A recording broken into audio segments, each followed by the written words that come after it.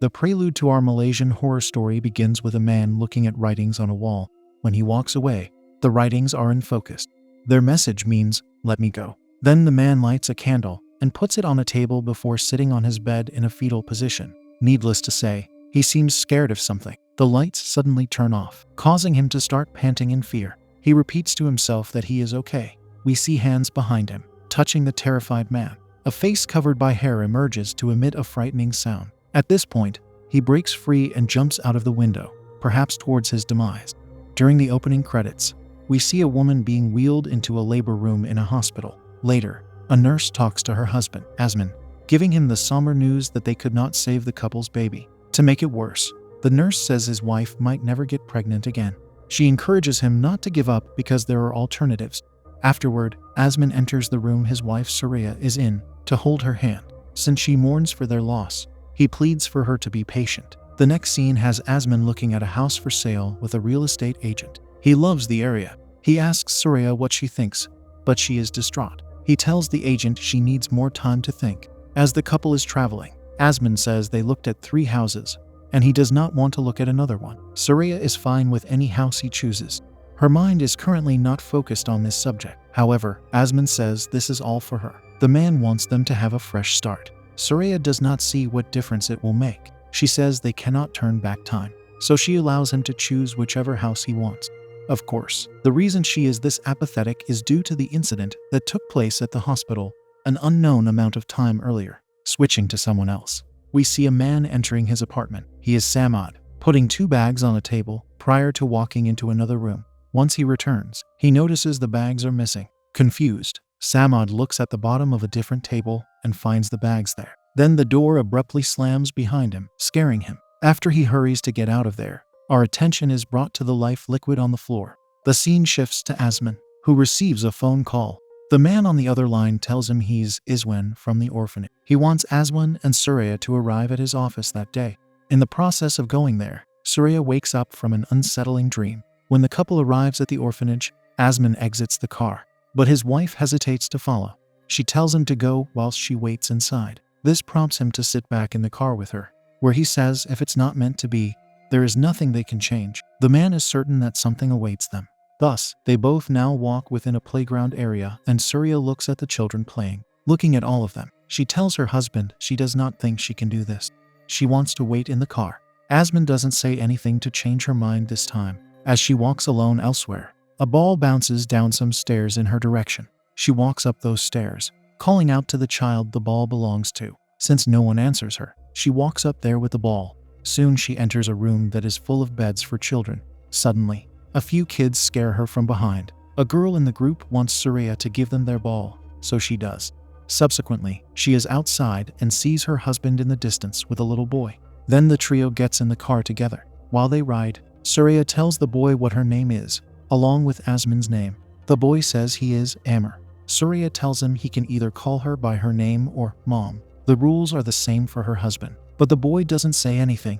He just starts looking out the window. With some concern, Surya turns around to look at him and instructs Asman to turn the car back. Obeying his wife, he turns around to park in a location with a gate, which Amr instantly goes through.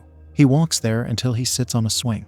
His new parents look around the area and Surya says this must have been Amar's house. It seems like this is the house she wants them to buy. In the next scene, we see Samad sitting in the outside area of a restaurant. Another man joins him by the name of Dan. Samad tells him something can be done in 2 hours. He also says someone has a safe in their master bedroom. The good news is that Samad acquired the pin for it from a man named Kong. According to him, there are at least 250,000 ringgits in the safe. He laughingly says they are going to be rich.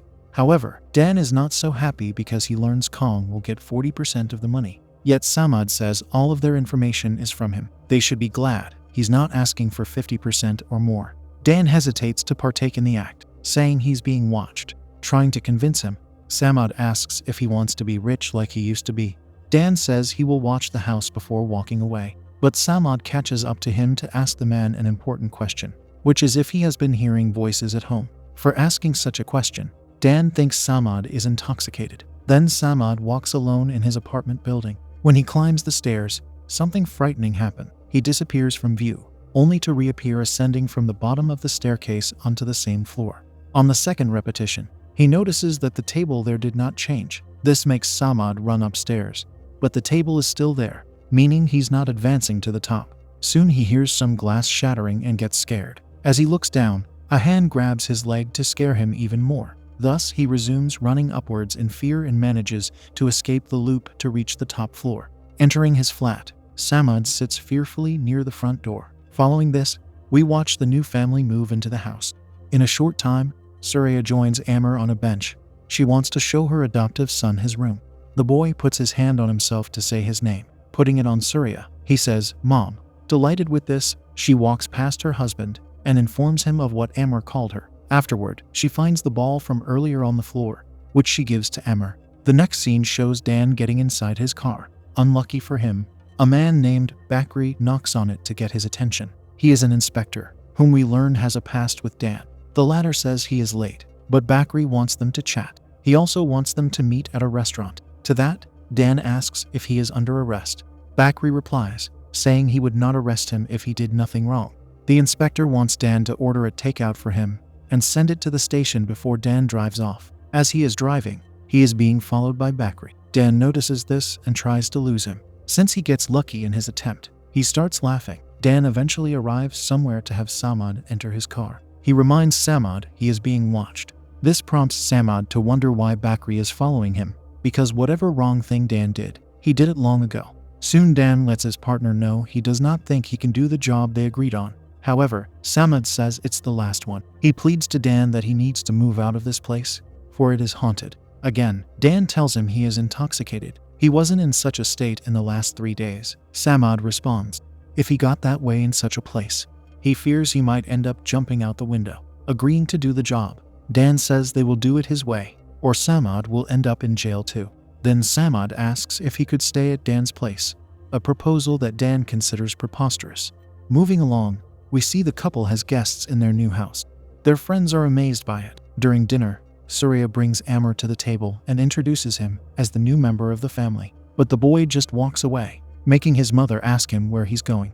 Asmin advises her to let him go. He thinks Amr may be shy around their guests. In his room, we observe Amr drawing while the door slowly starts to close by itself. Interestingly, he's not even concerned with it happening. Prior to it closing completely, we see someone walking there. Back at the table, Surya feels troubled and wants to check on Amr. Attempting to enter his room, she discovers his door is locked. Surya asks him why it's locked, yet she does not receive an answer. Thus, she gets on the floor to peek under the door and sees her adoptive son playing with the ball. Soon she notices the ball has vanished for longer than it should. It returns and slams right near the point at which she is spying, and this scares her. Later, we see someone looking through binoculars as the couple is saying farewell to their friends. The person is revealed to be Dan. During bedtime, Surya awakens. She wakes up her husband to inform him there is a power outage and wants him to check on it. He tells her to let it be because someone will fix it. Looking outside, she sees the other houses have power. She informs Asmin about this, who does not respond due to being asleep. Then Surya enters Amr's room with a lighter, only to see he isn't there. The boy isn't outside either, searching for him inside her darkened new house. The atmosphere is quite pressing. She accidentally kicks the ball across the floor, and in a short time sees Amr standing nearby, looking at her. When she lights the lighter, someone from behind blows the flame out to scare Surya. Her scream awakens Asmin, who rushes to his wife to find her scared. In the morning, Surya prepares a bowl of cereal for her son, but the ungrateful boy slides it across the table until it falls on the floor. Surya responds with patience, merely asking him why he did it, and also asking what he wants to eat. If not that, the boy never answers. Afterward, the couple occupies a psychiatrist's office. She is Serena, asking Surya if she has been taking her medication. She says she stopped taking them the day they got Amr. The lady believes she does not need medication because Amr's presence heals her. Serena replies that her patient has to continue taking her medication and can't simply stop. Otherwise, Surya can suffer from side effects that might be severe. What the doctor decides to do is lower her dosage. Once they return home, the couple stands outside and Surya asks Asmin what is wrong. Although he tells her he is okay, she says from the day they took in Amr, Asmin did not try to speak to him. She is concerned about them not spending time together. The man defends himself by saying he is new to this. She wants him to at least talk to their son about what happened during breakfast. Surya wants them to be a proper family. At this point, Asmund says she isn't the only one who was affected by what happened to them. He was also heartbroken by it. Now they suddenly have a child that is somewhat grown up. Hearing this disappoints his wife, and she starts walking away, catching her. Asmund says he should not have said those words. He claims to be trying his best. At the police station, Bakri talks to his boss, whom he informs about certain details regarding a shop robbery. The boss wants to know what information they have on the leader of the gang of thieves. Bakri is rather certain the leader is connected to another case they had. Then the boss asks him if he's focused on his job, because he wants Bakri to do his best to resolve the case this month. Before the inspector leaves the office, his boss tells him to close the Nur Azalea case. It is the first time we hear of this name. At the house, Surya starts reading a book that has to do with raising children. She starts talking to Asmund, whom she does not see, and soon he calls her to say he's on his way home. Of course, she is surprised to hear this, as she thought he was nearby. Hearing some noises, Surya worryingly says someone is in the house. Asmund urges her to call the police, which she does. Now we see her walking with a baseball bat while being scared. Upon walking into a room, she observes life fluid on the floor. When she looks out the window, she sees someone standing near a tree with long black hair. At this moment, her husband quickly arrives home. Surya turns around to hear his honk and turns back around to see the frightening person right near the window to scare her. Later, Bakri is inside their house. He advises Asmund to call him if anything happens. Once the inspector leaves, Surya tells Asmund she needs to tell him something, but she needs him to trust her, so he sits down to listen. She tells him about the noise she heard and the life liquid she saw on the floor. Most important, though, is that she saw a woman outside. She was standing near the window. Hearing this, Asmund says he's exhausted and Surya asks if he thinks she is crazy. Then we see Dan entering Samad's flat. He finds Samad writing messages on his wall like a crazed person would. Scared, Samad directs himself toward Dan, saying what if she comes to the latter's house. He also says she found him, not specifying who he means. Dan gets angry and shoves him into the washroom, where Samad says they have to let her go. Dan responds to this nonsense by pouring water over his friend. At a different time, the duo sits together and Samad repeats they have to let her go. Confused, Dan asks what they have to let go of. He tells his friend he's gone insane due to being intoxicated. Yet Samad wants him to listen to what he has to say. He yells that just because he's intoxicated does not mean his stories are not true. Dan says he should stop getting himself into such a state or else Dan won't help him anymore. Prior to leaving, he says he's putting their plan on hold. If Samad keeps being intoxicated, Dan threatens to cancel it. As he is walking outside, Bakri drives by and exits his car with an attitude. Running at Dan, he demands to know what he was doing at that building. Since Dan claims to not know what he's talking about, Bakri holds him down on his car. Again, he demands to know what Dan was doing there. The inspector says that as long as he lives, he will find Azalea. Then he yells that he will make sure Dan will receive capital punishment. Dan manages to break free and tells Bakri he had nothing to do with Azalea's case. He follows this by issuing a warning about not provoking him to report the inspector's power. Furthermore, he warns him that until Bakri has solid evidence, Dan doesn't want to see him there anymore. At the family's house, we see Amr playing with the ball outside. Surya shows up to try to join his game, but the boy ignores his new mother by not passing her the ball, so she resorts to sitting on the bench to watch him. She starts telling him that some time ago, she was not well. Therefore, Amr's new father took her to the hospital. She had a baby inside her. Getting this far, Surya has a hard time continuing the story. Yet she squeezes the words out, saying the doctor told them they could not bring their baby home. This causes her to be in tears.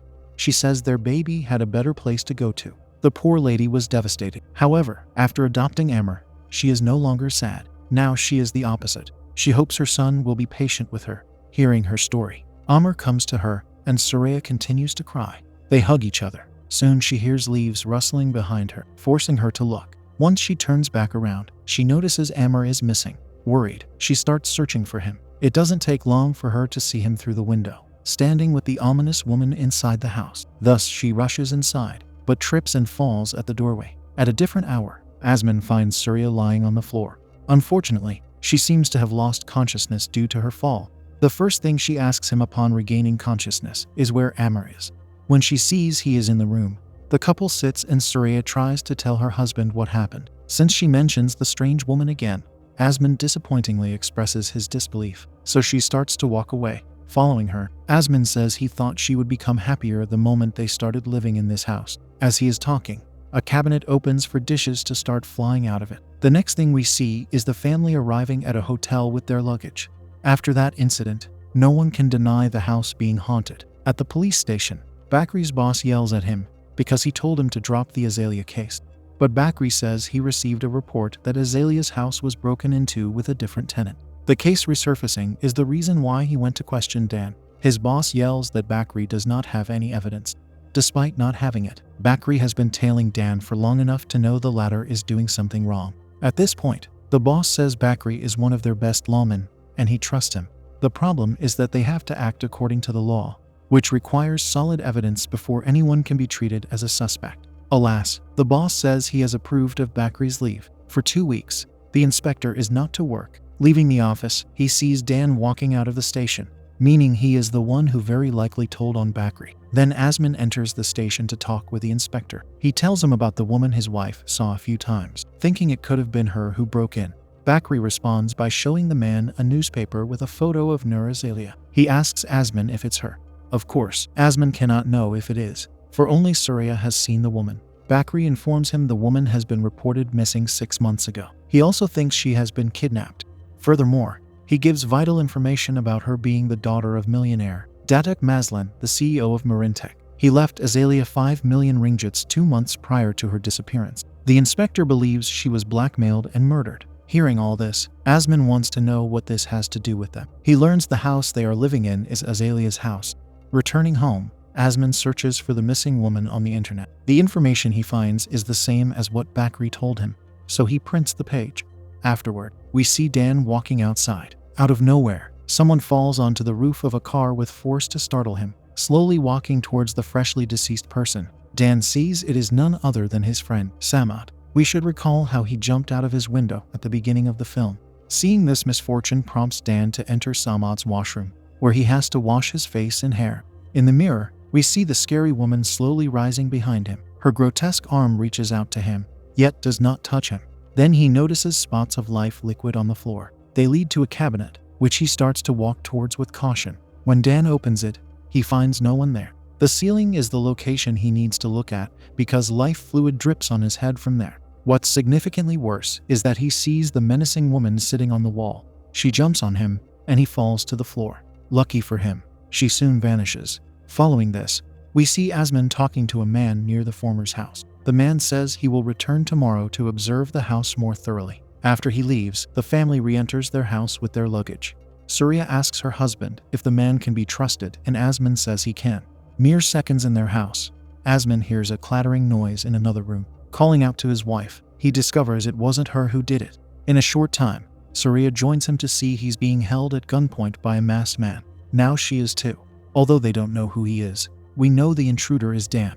Asman advises his wife to do as the intruder says. Subsequently, Dan makes Asman walk outside until they approach a tank. Dan demands the homeowner to open it. Obeying the command, Asman finds a mutilated person inside. He thinks it's Nur Azalea and asks Dan if he murdered her. But Dan says he did not, causing Asman to question how he knew she was in there. However, the man with the gun isn't there to answer him. He wants Asman to take her out. In the process of doing it, Asman struggles with such a disturbing task. Once he finishes, Dan brings him back inside the house.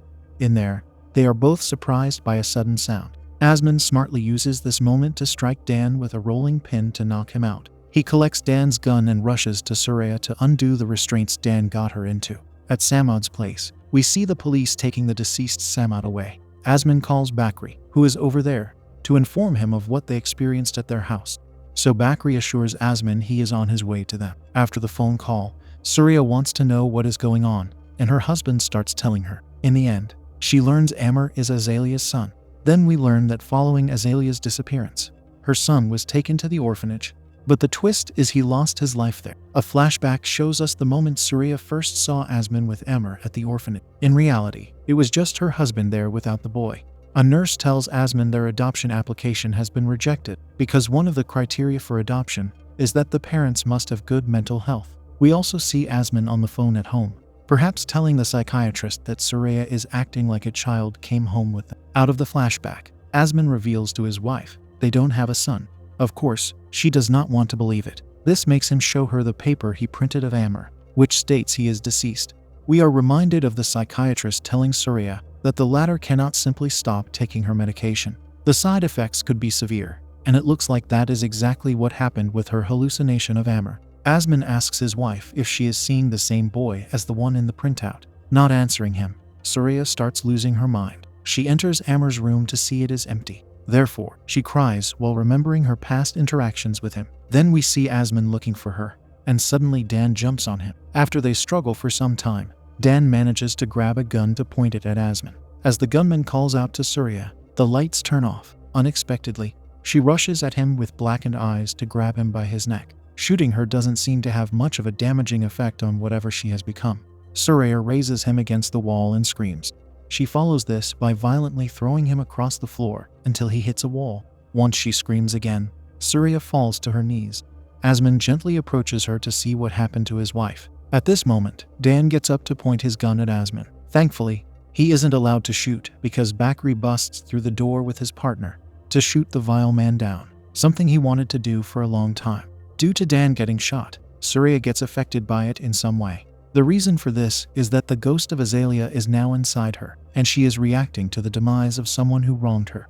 Moving along, we get the film's earliest flashback of Samad describing the plan to Dan. He says they have to wait for the homeowners to leave before the duo breaks in. When they return, Samad wants Dan to restrain the lady while Samad deals with her son. During that time, they will ask for the money, and the moment they get it, Samad says they will let them go. Soon they see a car has arrived near the house, prompting them to duck in their car. It looks like Nur Azalea exits it in her living form to close the gate. Then she drives away. With the house empty, the culprits find a way to enter it. Eventually, Azalea returns home to find Samad sitting on her couch.